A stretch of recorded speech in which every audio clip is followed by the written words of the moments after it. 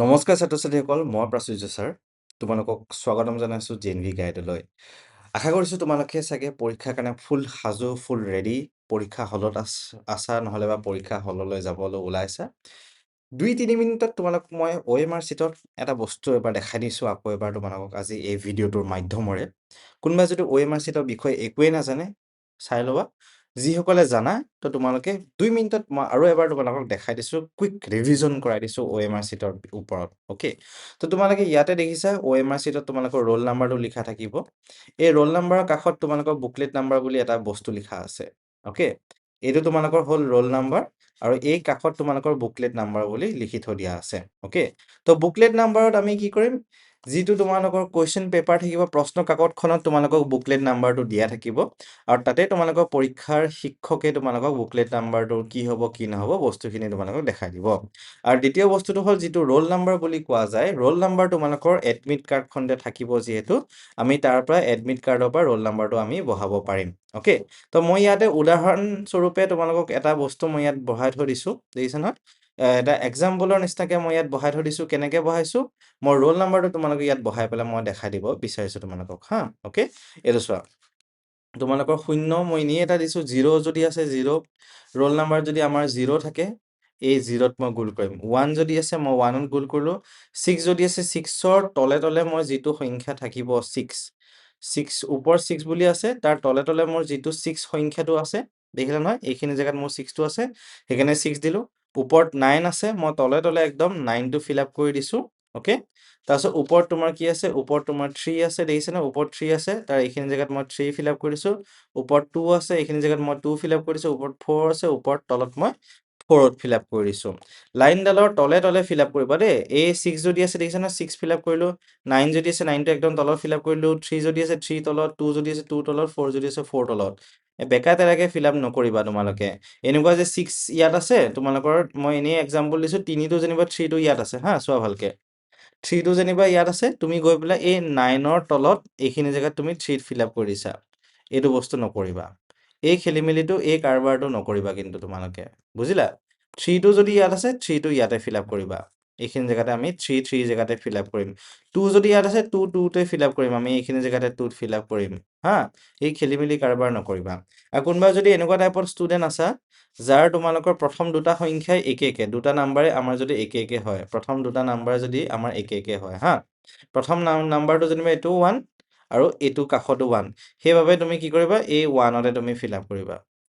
Okay, তুমি যদি ওপৰত একে একে সংখ্যা একেলগে আছে তেতিয়াহ'লে তুমি চিম্পল কি কৰিবা, 1তে তুমি ফিল আপ কৰিবা। ওপৰত 1 আছে তলত 1, ওপৰত 1 আছে তলত 1, খতম তোমাৰ। ওপৰত 1 আছে তলত 1, ওপৰত 1 আছে তোমাৰ কি হ'ব, তলত 1 তোমাৰ। চোৱা ভালকে, এবাৰ চাই লোৱা, এবাৰ চাই লোৱা।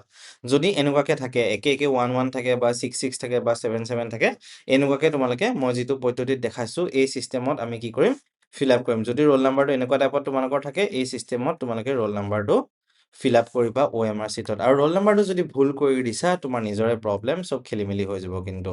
পৰীক্ষা দিয়া নিদিয়া একে, ৰিজাল্ট আহা নাহা একে হৈ যাবগৈ, ৰিজাল্ট নাহিব কিন্তু। যদি আমি কি ভুল কৰিছোঁ, তোমাৰ OMR চিটত তোমাৰ ৰোল নাম্বাৰটো যদি আমি ভুল কৰি দিওঁ, তেতিয়াহ'লে কিন্তু আমাৰ ৰিজাল্ট নাহিব। আৰু কাষতে তোমালোকৰ টেষ্ট বুকলেট নাম্বাৰ, এই যিখিনি সংখ্যা আছে, এইখিনি তোমালোকে কুৱেশ্যন পেপাৰখনতে পাবা। অ'কে, ইয়াত যদি তোমাৰ 3 থাকে তেতিয়াহ'লে ডাইৰেক্ট গৈ পেলাই তুমি কি কৰিবা, 3ত ফিল আপ কৰিবা দেই, ডাইৰেক্ট 3ত ফিল আপ কৰিবা। আৰু চাফাকৈ ফিল আপ কৰিবা, লেতেৰা পেতেৰাকৈ নকৰিবা। ওপৰত যদি তোমাৰ 1 থাকে, মই ইয়াত 1ত ফিল আপ কৰি দিলোঁ। মই এনেই ওপৰে দেখাই দিছোঁ ৰাফকৈ অলপমান। ওপৰত যদি তোমাৰ বেলেগ যি সংখ্যা থাকে তাৰ তলে তলে বহাই যাবা দেই। খেলি মেলিকৈ নবহাবা, একদম সাৱধানে বহাবা। আৰু ইয়াতে মই OMR চিটখনৰ এইখিনি আৰু এটা বস্তু ইয়াতো দেখাই দিছোঁ মই, ABCD আনচাৰ যিখিনি আছে, ABCD আনচাৰখিনি কিন্তু একদম সাৱধানে তোমালোকে কৰিবা। একদম সাৱধানে তোমালোকে বহাবা কিন্তু, একদম সাৱধানে বহাবা। যদি একদম 100% শুদ্ধ হয় বুলি ভাবা পিছতহে বহাবা। এতিয়া দেখিছানে, মই বিট ফিল আপ কৰি দিম চাবা। বিট মই কেনেকৈ ফিল আপ কৰিম চাবা।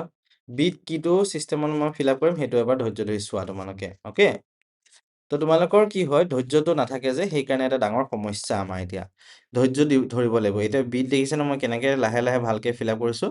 আৰু বল পেন ল'বা দেই, জেল পেন, ইংক পেন এইবিলাক নল'বা, পেঞ্চিলো নল'বা, বল পেন, ক'লা বল পেন বা নীলা বল পেন, কলা বল পেন বা নীলা বল পেন এইকেইটা বস্তু ল'বা দেখিলা মই ইয়াতে ফিল আপ কৰিলোঁ কলা বল পেন বা নীলা বল পেন চি যদি আছে মই কি কৰিলোঁ চিত ফিল আপ কৰিম চাবা এতিয়া টু আনচাৰ যদি চি হয় তেতিয়াহ'লে মই চিধাই চিতে ফিল আপ কৰি দিম চাবা টু আনচাৰ যদি চি হয় তেতিয়াহ'লে মই চিধাই টুত চিত ফিল আপ কৰি দিছোঁ দেখিছা নহয় কেনেকৈ কৰিছোঁ মই এতিয়া চোৱা মই অলপ ওপৰলৈ উঠাই দিছোঁ এতিয়া চাবা টু আনচাৰ যদি হয় মই চি যদি হয় তেতিয়া চিট ফিল আপ কৰি দিছোঁ আৰু এবাৰ যদি আনচাৰটো বহোৱাৰ পিছত এনেকৈ কাটি নিদিবা আকৌ দ্বিতীয়বাৰ তুমি আকৌ ছেকেণ্ড টাইম গৈ পেলাই বিত এনেকৈ ফিল আপ কৰি নিদিবা বিত এনেকৈ ফিল আপ কৰি এইটো কৰিলে কিন্তু তুমি নম্বৰ নোপোৱা মাৰ্কছ নোপোৱা কিন্তু দেই মাৰ্কছ একদম নোপোৱা তুমি এইবিলাক কাৰবাৰত এবাৰে বহাবা আৰু খেলি মেলি নকৰিবা আৰু এনেকৈ দাগ চাকো দি নিদিবা এনেকৈ আচ চাচ দি নিদিবা এনেকৈ দাগ চাক দি পেলাই আকৌ ইয়াত তুমি এনেকৈ গোল কৰিলা এইবিলাক নকৰিবা আৰু গোলটোৰ মাজত এনেকৈ বগা চগা এৰি থৈ নাযাবা দেখিছা নহয় মই ইয়াত দেখা দিম চোৱা এতিয়া চোৱা কুৱেশ্যন নম্বৰ 3টোত চোৱা গোলটো তুমি ফিল আপ কৰিছা এনেকৈ বাহিৰলৈ উলিয়াই দিছা নকৰিবা এইবিলাক বস্তু নকৰিবা দেই তুমি এতিয়া কুৱেশ্যন নম্বৰ 4ৰ যেনিবা এইটো তুমি এনেকৈ ফিল আপ কৰিছা এনেকৈ বাহিৰলৈ উলিয়াই দিছা এইবিলাক নকৰিবা এনেকৈ ফিল আপ নকৰিবা একদম ভালকৈ চাফাকৈ ফিল আপ কৰিবা কেনেকৈ কৰিবা চোৱা এতিয়া দেখিছা নহয় মই কেনেকৈ ফিল আপ কৰিছোঁ দেখিছা এই চিষ্টেমত এই কাৰবাৰত এই প্ৰক্ৰিয়াত তোমালোকে ফিল আপ কৰিব লাগিব এইটো পদ্ধতিত এইটো চিষ্টেমত তোমালোকে কি কৰিব লাগিব ফিল আপ কৰিব লাগিব এইটো অপশ্যন নম্বৰ বিটো চোৱা অপশ্যন নম্বৰ বিত মই ফিল আপ কৰিম আৰু এবাৰ যদি গোল কৰিলে তাৰপিছত তুমি ছেকেণ্ড টাইম যিমানে ভালকৈ যি কৰি নাথাক কিয় নহয় আৰু তোমাৰ নম্বৰ নোপোৱা তুমি ইয়াত তুমি নম্বৰ আলুগুটি দম দম হ'ব তোমাৰ এতিয়া নম্বৰ মাৰ্কছ তুমি নাপাবা অ'কে তো এইখিনি তোমালোকে কৰিবা OMR ছিটখন ভালকৈ ফিল আপ কৰিবা প্ৰথমতে মেণ্টেল এবিলিটি কৰিবা 1ৰ পৰা 40লৈকে তাৰপিছত তোমালোকে অসমীয়া বা ইংলিছ যিখিনি থাকে 61ৰ পৰা তোমালোকৰ থাকিব অসমীয়া বা ইংলিছ যিখিনি থাকিব তোমালোকৰ অসমীয়া বা ইংলিছখিনি 61ৰ পৰা তোমালোকৰ থাকিব অসমীয়া বা ইংলিছখিনি ফিল আপ কৰিবা তাৰপিছত তোমালোকৰ মেথছখিনি কৰিবা মেথছত যিখিনি পাৰা সেইখিনি আগত কৰিবা নোৱাৰাখিনি তুমি মাথা মাৰি নাথাকিবা চিন্তা কৰি নাথাকিবা প্ৰথমতে মেথছখিনি যিখিনি নাজানা যিখিনি নোৱাৰা সেইখিনি চিন্তা একেবাৰে নকৰিবা যিখিনি পাৰা যিখিনি জানা সেইখিনি চিন্তা কৰি মেথছখিনি তুমি আগবাঢ়িবা আৰু মেথছত কিন্তু তুমি যদি তুমি 15টা কুৱেশ্যন কৰিছা 15টা শুদ্ধ কৰিবলৈ কৰিব চেষ্টা কৰিবা যদি তুমি 10টাই কৰা লাগিলে 15টাই কৰা লাগিলে 16টা বা 18টা লাগিলে তুমি যিমানে নকৰা কিয় মেথছত কুৱেশ্যন যিকেইটা তুমি জানা যিকেইটা শুদ্ধ হয় যিকেইটা 100% তুমি শুদ্ধ হয় সেইকেইটাহে ফাৰ্ষ্ট কৰিবা আৰু মেণ্টেল এবিলিটিত মানসিক দক্ষতা প্ৰথমতে কৰিবা আৰু অসমীয়া বা ইংলিছ ভাষা বা লেংগুৱেজৰ যিখিনি পাৰ্ট থাকিব সেইখিনি আগত কৰি ল'বা তেতিয়াহে কিন্তু সময়টো মিলিব 2 ঘণ্টা সময় যিহেতু তোমালোকে পাবা আৰু পৰীক্ষাত কিন্তু কলা বল পেন লৈ যাবা কলা বল পেন বা নীলা বল পেন কলা বল পেন বা নীলা বল পেন সেইকেইটা লৈ গ'লে আৰু সেইকেইটা দি ফিল আপ কৰিবা তোমালোকে পৰীক্ষাত অ'কে থেংক ইউ ষ্টুডেণ্টছ ভালকৈ দিবা ফালি দিবা পৰীক্ষা একদম আৰু পৰীক্ষা শেষ কৰি পেলাই তোমালোকে আনচাৰখিনি মই আমাৰ ইউটিউব চেনেলতে দি দিম আৰু তোমালোকে নতুনকৈ যদি আহিছে চেনেলটো ছাবস্ক্ৰাইব কৰিবা লাইক এটা দবাই দিবা আৰু পৰীক্ষা ফালি দিব লাগিব প্ৰত্যেকজন ষ্টুডেণ্টে কিন্তু তোমালোকে অ'কে থেংক ইউ ষ্টুডেণ্টছ ভালকৈ পঢ়িবা বহুত শুভকামনা বেষ্ট উইচেছ বহুত আশীৰ্বাদ থাকিলে আমাৰ প্ৰত্যেকজন JNV গাইডৰ পৰিয়ালৰ ফালৰ পৰা থেংক ইউ ষ্টুডেণ্টছ